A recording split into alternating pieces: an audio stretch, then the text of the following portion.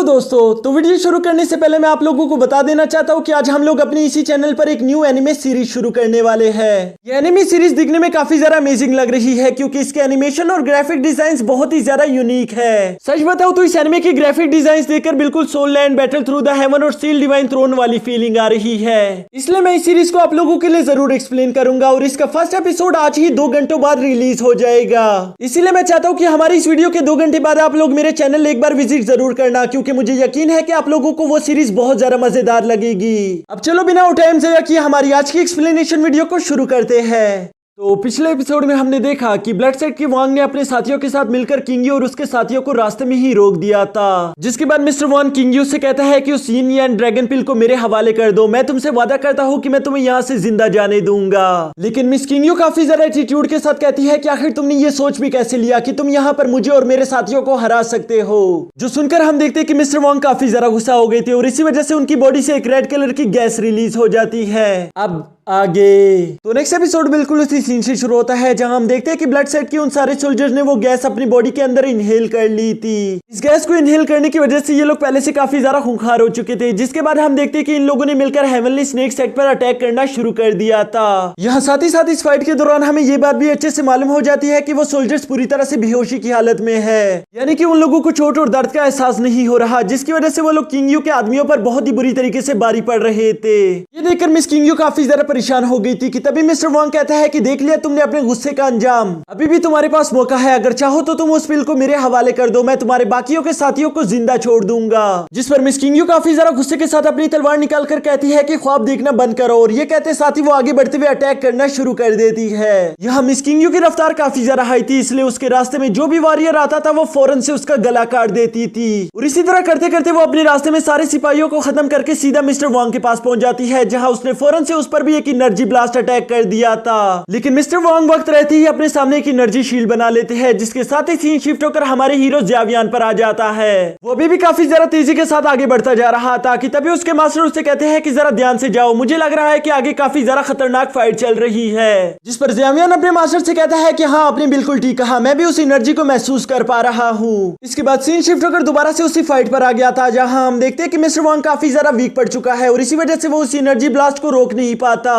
यहाँ उस energy attack की वजह से हम देखते हैं कि मिस्टर वांग काफी बुरी तरीके से घायल हो चुके थे, जिसके बाद मिस किंग्यू उसके पास आकर उसे कहती है कि फाइट से पहले शायद तुम कुछ कह रहे थे। मिस किंग्यू यहाँ पर काफी ज्यादा खुश दिखाई दे रही थी कि तभी अचानक से उसको हवा में कुछ चमगादड़ दिखाई दे देते हैं, जिस पर किंग्यू कहती है कि नहीं ऐसा नहीं हो सकता, और इसी के साथ हम देखते हैं कि उन चमगादड़ों ने किंग्यू के साथियों पर अटैक करना शुरू कर दिया था। वो चमगादड़ वहां पर देखते ही देखते मिस किंग्यू के सारे साथियों को मार देते हैं, जिनके बाद उन्हीं के खून से ब्लडसेट का लीडर वहीं पर समन हो गया था। यहाँ आते साथ ही हम देखते हैं कि उस एल्डर ने बड़ी तेजी के साथ आगे बढ़ते हुए किंग्यू पर अटैक करना शुरू कर दिया था। उसके अटैक की रफ्तार इतनी ज्यादा थी कि किंग्यू तो उसे देख भी नहीं पा रही थी, और इसी वजह से वो उस पर लगातार अटैक करके उसे काफी बुरी तरीके से घायल कर देता है। जिसके बाद मिस किंग्यू अचानक से खड़े होकर उसे देखते हुए कहती है कि वान क्लॉथ ये तुम ही हो, तुम जैसा कमीना मैंने अपनी जिंदगी में कभी भी नहीं देखा, जो हमेशा यूं छुप कर पीठ पीछे वार करता है। यहाँ हवा में खड़े होकर मास्टर डुआंग किंग्यू से कहता है कि उस पिल को मेरे हवाले कर दो, नहीं तो मैं तुम्हें जान से मार डालूंगा। यहाँ साथ ही साथ हम देखते हैं कि ज़्यावियान भी वहां पर पहुंच चुका था, जो कि एक दरख्त के पीछे छुपकर ये सब देख रहा था। तभी अचानक हम देखते हैं कि यंग मास्टर फॉलिंग भी वहां पर आ गया था, जो कि अपने फादर से कहता है कि अगर आपकी इजाजत हो तो मैं इसे मारकर इसका खून पीना चाहूंगा। यहाँ मिस किंग्यू इन सबको अपने सामने देखकर समझ गई थी कि मैं काफी ज्यादा घायल हो चुकी हूँ और इसलिए मैं इन सबसे अकेले फाइट नहीं कर सकती।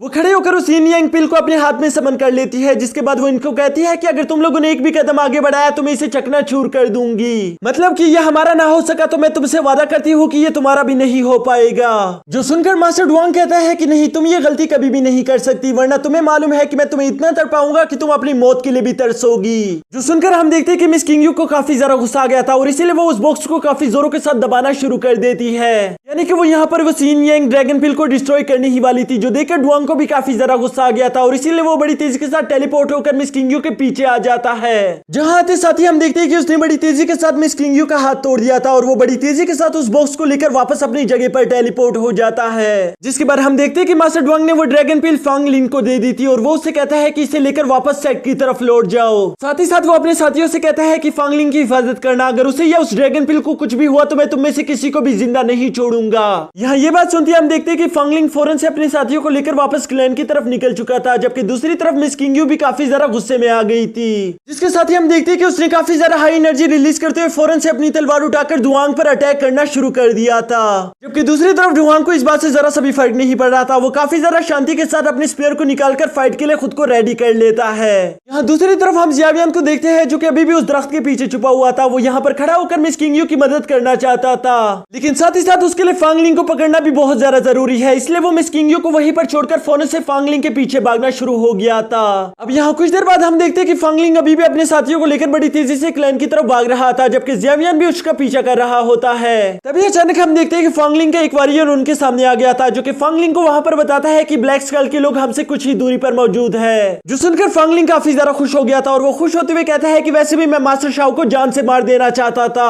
आज तो मुझे ऐसा लग रहा है कि हमारा लकी डे है, क्योंकि मेरे एक तीर से दो शिकार हो जाएंगे। पहले तो हमें ड्रैगन पिल मिल गया और इसके बाद हम ब्लैक स्कल को भी मार डालेंगे। और ये कहते साथ ही वो अपने साथियों को हुक्म देता है कि हमें तेजी के साथ मूव करना होगा ताकि हम लोग उन्हें रास्ते में ही रोक सके। तो सुनकर मास्टर वांग पहले तो उसे रोकने की कोशिश करता है कि ऐसा मत करो, हमें मास्टर ने इस यिन यांग पिल को सेफली लेकर जाने के लिए कहा था। लेकिन फांगलिंग उसकी कोई बात नहीं मानता और वो उससे कहता है कि ये मेरा काम है, तो इसलिए तुम इसे मुझ पर ही छोड़ दो। जिस पर मजबूरन ही मिस्टर वांग को फाइट करने के लिए आगे जाना ही पड़ता है, जबकि पीछे बैठा जियावियन सोच रहा था कि फांगलिंग कितना ज्यादा लालची इंसान है। लेकिन चलो इसमें भी तो हमारा ही फायदा है, वो लोग जैसे ही आपस में फाइट करके कमजोर हो जाएंगे मैं उन पर अटैक करके अपनी चीजें हासिल कर लूंगा। और इसी वजह से हम देखते हैं कि जियावियन ने भी फांगलिंग का पीछा करना शुरू कर दिया था और आखिरकार वो उस फाइट वाली जगह पर पहुंच भी जाता है। यहाँ उसके पहुंचते साथ ही हम देखते हैं कि फांगलिंग और उसके साथियों ने मिलकर ब्लैक स्कल के सारे आदमियों को मार दिया था, जिसके आखिर में फांगलिंग काफी ज्यादा बेरहमी के साथ मास्टर शाओ को भी जान से मारने लगा था। यहाँ मास्टर शाओ डर के मारे कहता है कि तुम मुझे नहीं मार सकते, अगर तुमने मुझे गलती से भी मार डाला तो ब्लैक स्कल वाले लोग तुम्हारे पूरे क्लैन को खत्म कर डालेंगे। जो सुनकर फांगलिंग एक ईवल मुस्कुराहट के साथ कहता है कि वो तो तब ना जब उन्हें मालूम होगा कि तुम्हें किसने मारा है। और ये कहते साथ ही हम देखते हैं कि फांगलिंग ने अपनी ब्लड पॉम्प टेक्निक का इस्तेमाल करना शुरू कर दिया था, जिसके इस्तेमाल से वो वहीं पर मास्टर शाओ को जान से मार डालता है। इसके बाद हम देखते हैं कि फांगलिंग ने मास्टर शाओ के सारे ट्रेजर्स को भी हासिल कर लिया था, जबकि दूसरी तरफ जियावियन एक दरख्त पर बैठकर ये सारा नजारा देख रहा था। तभी अचानक फांगलिंग उससे वहीं पर नोटिस कर लेता है, जिसके साथ ही हम देखते हैं कि उसने अपने डैगर का इस्तेमाल करके उस पर फौरन से अटैक कर दिया था। इस अटैक को डॉज करके फौरन से जियावियन जमीन पर उतर आया था, जिसके बाद हम देखते हैं कि फांगलिंग और उसके साथी उसे चारों तरफ से घेर लेते हैं। यहाँ फांगलिंग जियावियन से कहता है कि तुम्हें क्या लगा था कि मैंने तुम्हें नोटिस नहीं किया, मुझे पहले से मालूम था कि तुम हमारा पीछा कर रहे हो, लेकिन पहले मैं मास्टर शाओ को निपटाना चाहता था और अब इसके बाद तुम्हारी बारी। और इसी के साथ हमारा यह एपिसोड भी खत्म हो जाता।